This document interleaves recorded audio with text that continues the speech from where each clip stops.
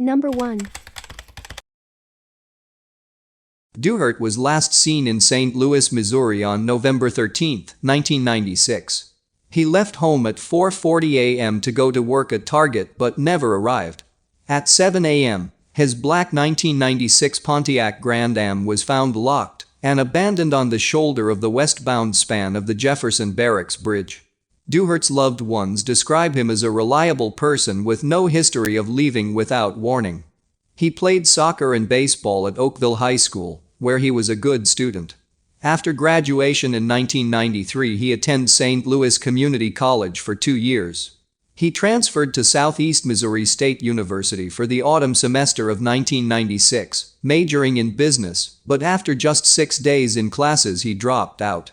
He also asked his parents if he could get out of the lease for his car, but they told him he should keep it. Uncharacteristically, Duhert made his bed the day before he left the house the morning of his disappearance. He had also called in sick to work the day before he went missing, something his parents, whom he lived with, were unaware of. His parents learned Duhert had told his co-workers at Target about a girlfriend who was attending the University of Missouri. His parents had never heard of this girlfriend and aren't sure whether she actually existed.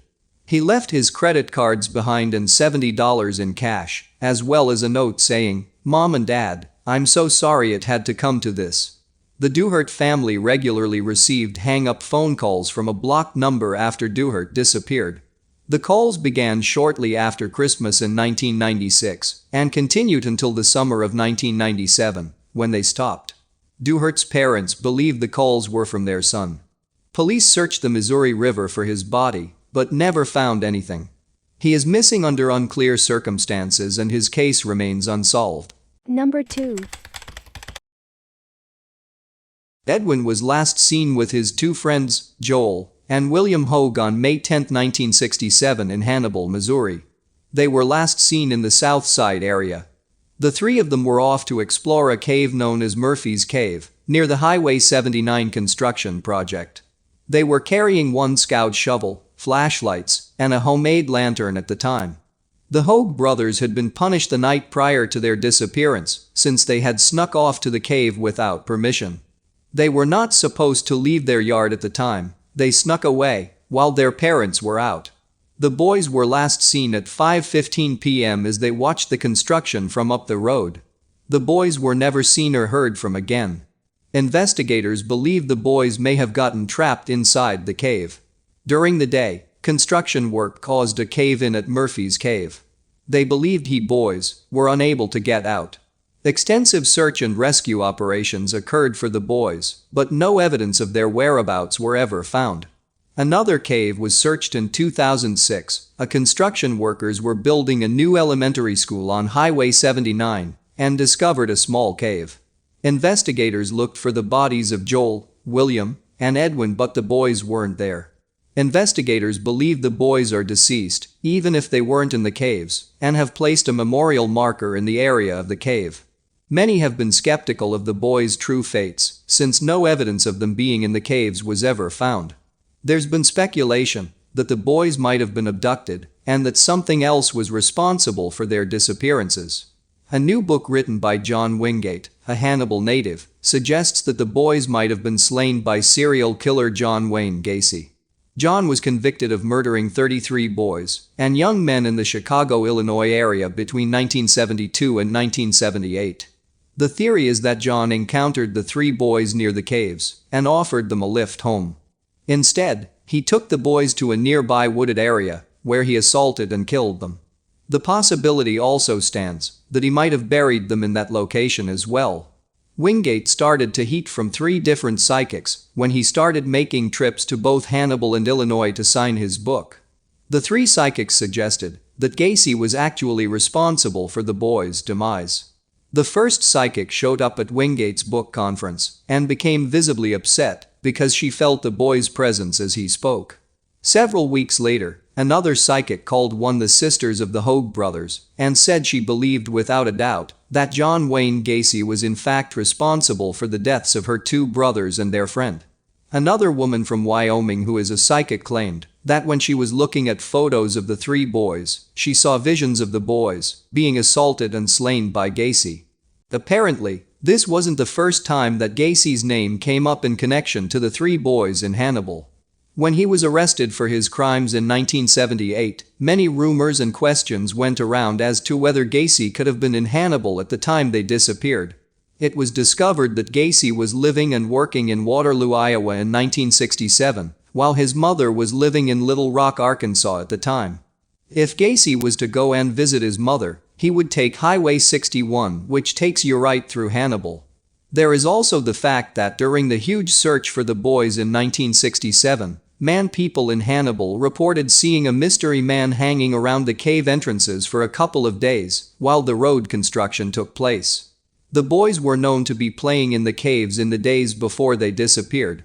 The man was never seen again after the boys disappeared.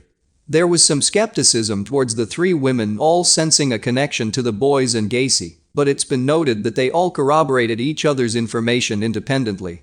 Two of the psychics did tell Wingate that the mystery man was actually Gacy. John would have been 35 years old when the boys went missing in 1967.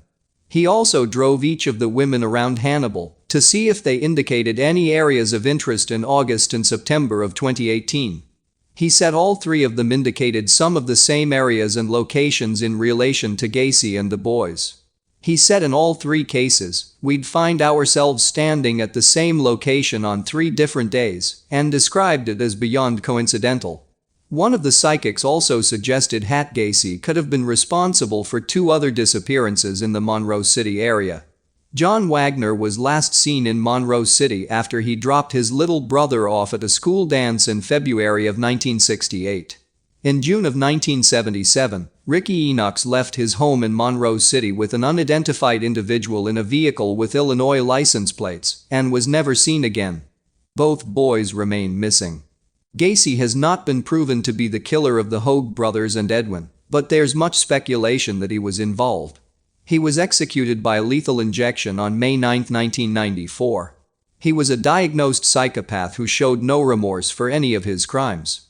At the time of his disappearance, Edwin lived on Union Street with his family, which included his 3 brothers. Him and Joel both attended Hannibal Junior High at the time they went missing and were in the 8th grade. Their disappearances remains unsolved, and there's no trace of what happened to them that evening. Number 3. Menke was last seen at her home in the 2600 block of Eastwood Drive in Columbia, Missouri on the evening of October 8, 2019. Her husband, Joseph Elledge, stated they went to bed at 11:30 p.m. At 5 a.m. he woke to the sound of their child crying. Elledge was gone and her phone, laptop, tablet, wallet, passport and car were left behind. She only took her purse. She has never been heard from again. Her husband reported her missing at 5:45 p.m. When authorities were investigating Menke's disappearance, they found evidence that Joseph was abusing their 1-year-old daughter, and he was charged with 1 count of child abuse or neglect and 3 counts of first-degree child endangerment. A photo of him is posted with this case summary. He and his mother were about to leave town when he was arrested. Menke had photos on her tablet of bruising on a child's buttocks, and police also found videos of the bruising. She had told her father about the bruises and said she'd asked Joseph if he had caused the injuries, and he said they might have happened when he was bathing the child. After his arrest, Joseph admitted he pinched their daughter, or held her too hard, and caused the bruising 7 or 8 months earlier. However, according to authorities, the bruising didn't resemble what would be caused by pinching or tight holding, and appeared to have been caused by the child being struck. In the aftermath of Joseph's arrest, his and Menke's parents fought over custody of the couple's daughter. In the end, both sets of grandparents got joint custody, with a no-contact order between Joseph and the girl. Investigators named Joseph as the prime suspect in his wife cases and stated that, although there was no physical evidence tying him to her possible murder, there was also no evidence that Menke was still alive. They found several recordings on Joseph's phone of himself, his mother and Menke talking, and described Joseph as controlling and threatening. Among other things, he said, "I know you want me to hit you. I will bury the earth under you. It would be best if you go back to China and I'm ready to be done talking to you forever." Joseph's mother stated that her son and Menke had both cried divorce during arguments and that she had recommended both of them get professional counseling. Joseph himself had said they had been having problems for months and Menke was usually unwilling to have sex with him, making him frustrated.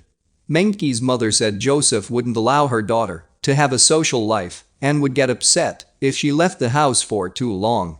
In February 2020, Joseph was charged with first-degree murder in Menke's case. Investigators believe he strangled or suffocated her to death on October 8 or October 9 and disposed of her body in a river. Joseph is awaiting trial. The case against him includes evidence of the couple's marital problems and evidence of Joseph's various locations on October 9. He had told police that before reporting Menke missing on October 9, he took their daughter on a drive to Jefferson City, Missouri to relax and used Google Maps to locate what he believed was a forest with walking trails. However, when he drove to that area he found it was just farmland, so he went to Rocheport, Missouri. Cell phone records indicate Joseph went on another trip that day which he didn't tell the police about, to a hiking and biking trail in Boonville, Missouri, at Highway 41 near the Lammen River. Menke was born in China and attended the East China University of Science and Technology in Shanghai. She got a master's degree in mechanical and aerospace engineering from the University of Missouri in December 2014. Her body has not been found, but foul play is suspected in her case due to the circumstances involved. Number 4. Yvitz was last seen between 3 o'clock and 4 p.m. on February 28, 1977 in Kansas City, Missouri. It was during her lunch hour. She had her watch adjusted, browsed several stores on the Country Club Plaza, drove to a drugstore on Main Street and Westport Road, and bought coffee and an umbrella. Yvitz's yellow 1970 MG sports car with the license plate number Joe 4869 was found back in its customary space in the Plaza Center building's parking garage that afternoon, with the umbrella she'd bought in the front seat, but there was no sign of her, and she has never been heard from again. Her husband didn't realize she was missing until 6 p.m. when Yvitz's supervisor called him to ask why she hadn't returned to the office after lunch. Her purse and some other belongings were found 10 days later, under a bridge in southeast Kansas City, near Unity Village. Yvitz was employed at a law firm at the time of her disappearance. She'd only been working there for a month. Her loved ones stated she was very attached to her car, and it would be uncharacteristic of her to walk anywhere when she could drive. She was born and raised in Coffeyville, Kansas, and was a former Queen nominee at Kansas State University, where she studied clothing and retailing.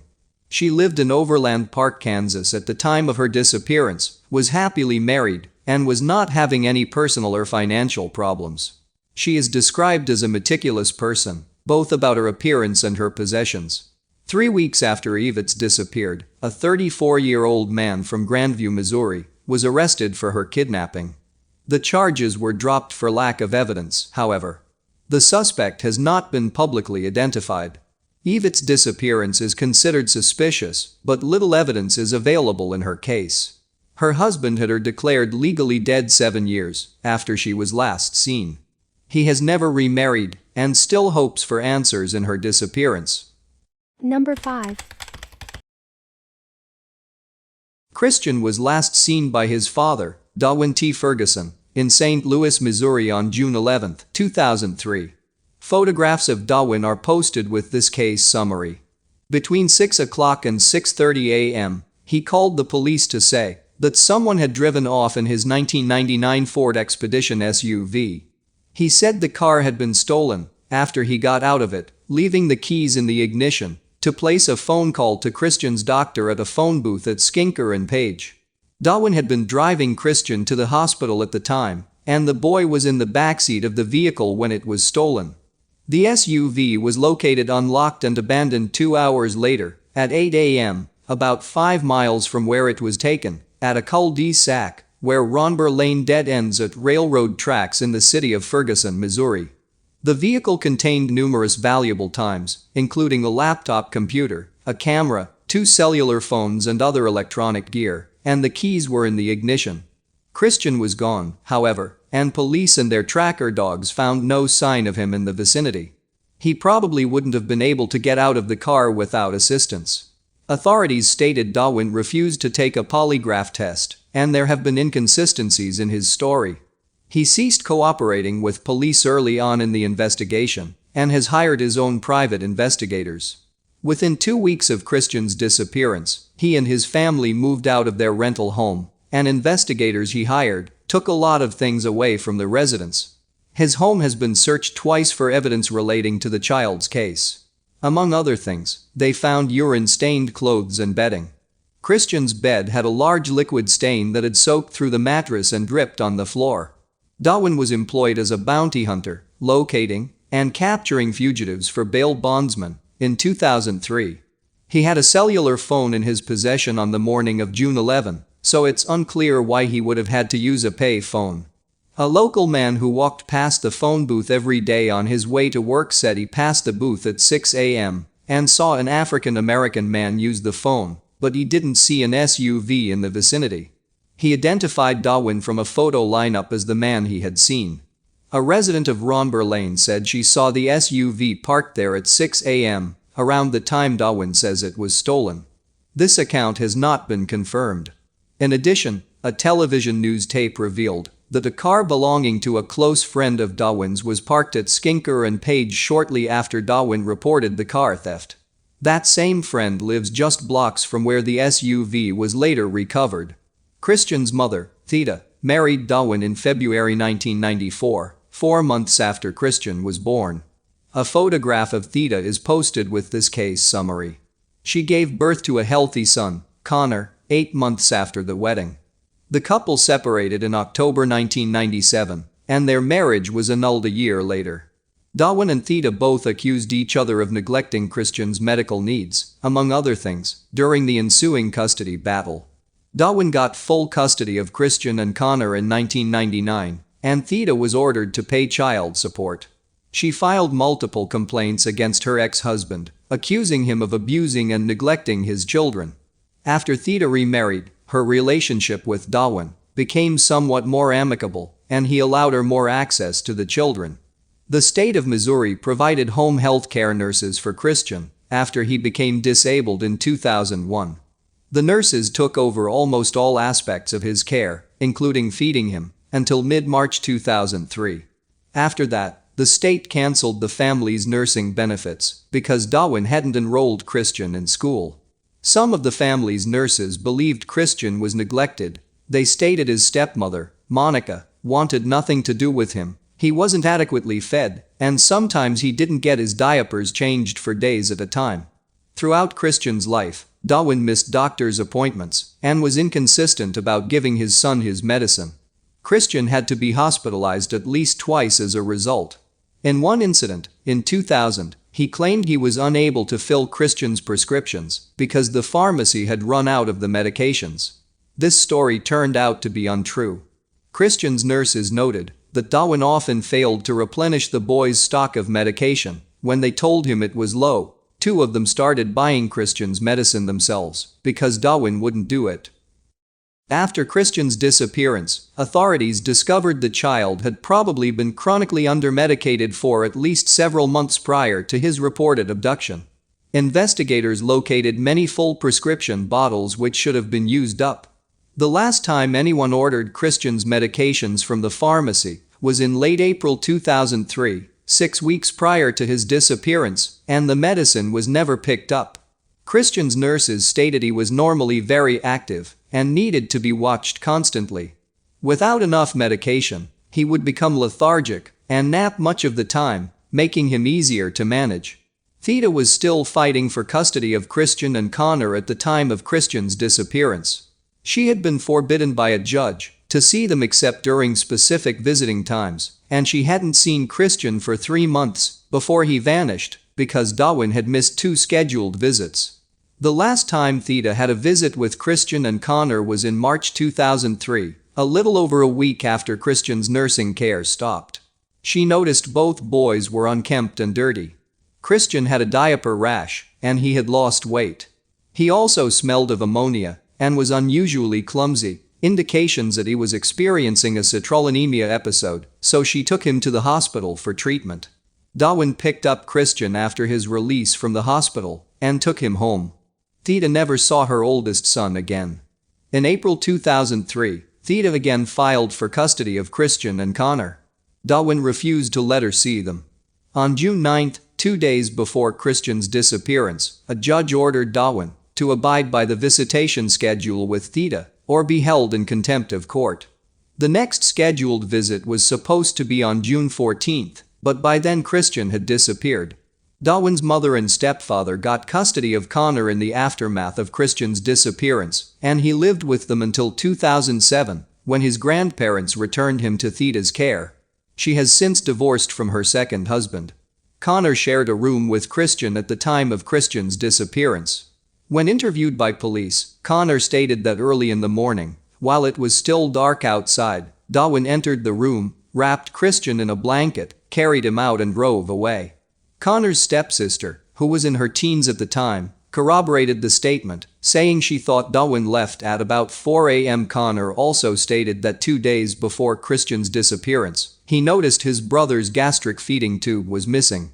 Police found the tube during a search of the Ferguson residence and stated it was covered with bodily fluids, had tool marks on the end, and looked as if it had been forcibly removed. Connor stated his brother appeared to be very sick and malnourished in the days prior to his disappearance and moaned continuously. He told Monica about it, and she told him she already knew and to stay away from Christian. When Connor checked on his brother later on, Christian had stopped moaning and his eyes had rolled up in his head. In 2004, Darwin and Monica were indicted on federal fraud charges. They used a false social security number on a car loan application in 2002 and forged Darwin's elderly grandmother's signature to co-sign the same loan. In 2005, Darwin pleaded guilty to 3 charges, served 8 months in federal prison, and was released. Monica went through a pretrial diversion program and was not sentenced to jail. Authorities believe Darwin neglected Christian's medical needs between March and June 2003 and deliberately allowed him to die of his citrullinemia. They think the child probably died on the night of June 10 and Darwin concealed his body and made up the kidnap story. It wasn't until October 2019, however, 16 years after the child's disappearance, that Darwin was charged with Christian's murder. He is awaiting trial. Christian remains missing and foul play is suspected in his case due to the circumstances involved. Number 6. Fleming spoke to family members at his mother's home on Country Club Lane in Glendale, Missouri at 11 a.m. on June 16, 2016. He drove away in his silver 2007 Nissan Versa with the Missouri license plate number FC1J3T and a red panda sticker on the back windshield. He has never been heard from again. 12 days after his disappearance, his car was found abandoned next to a coal plant in Sauget, Illinois, near the eastern bank of the Mississippi River. It didn't appear to have been searched through, and there was no evidence of foul play. Someone who worked at a nearby facility recalled seeing the vehicle come and go in the days after Fleming's disappearance, before it was left there. Fleming lived with his wife in an apartment complex on Old Bend Road in Kirkwood, Missouri at the time of his disappearance. He is a graduate of the University of Notre Dame and worked as an accountant. The State Board of Accountancy sent him a registered letter and Fleming, or someone using his name, signed for it at 11:16 a.m. on June 16.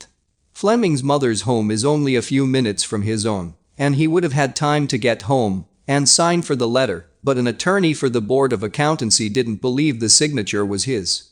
Fleming left his diabetes medication behind, and he hasn't used his credit cards or accessed his bank accounts since his disappearance.